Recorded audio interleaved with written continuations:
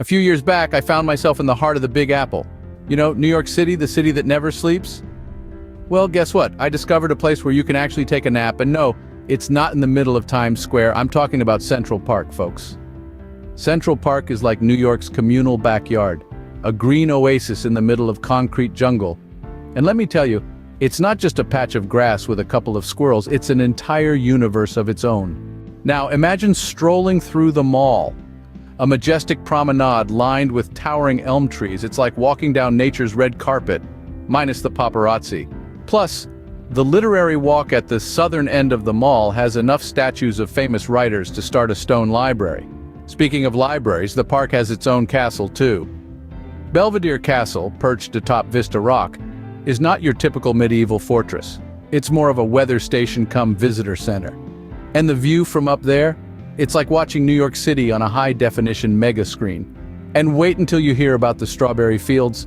No, it's not a berry farm, but a tranquil memorial dedicated to John Lennon of the Beatles. You won't find any strawberries, but a beautiful mosaic with the word imagine. Then there's the Central Park Zoo. It's like a mini around-the-world trip.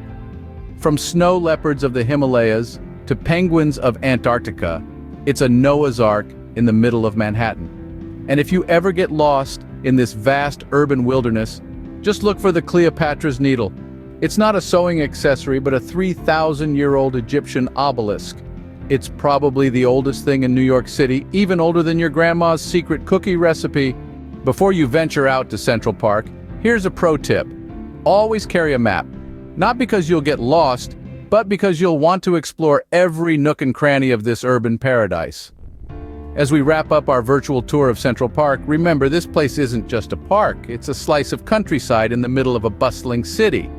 It's a sanctuary for nature lovers, a playground for adventurers, for artists. So, if you're planning a trip to New York City, make sure Central Park is on your must-visit list, and if you've already been there, then you know it's worth another visit. That's all for today's travel guide. If you enjoyed the journey, don't forget to hit the like button and subscribe to our channel. We bring you new content every week, and trust me, you won't want to miss it.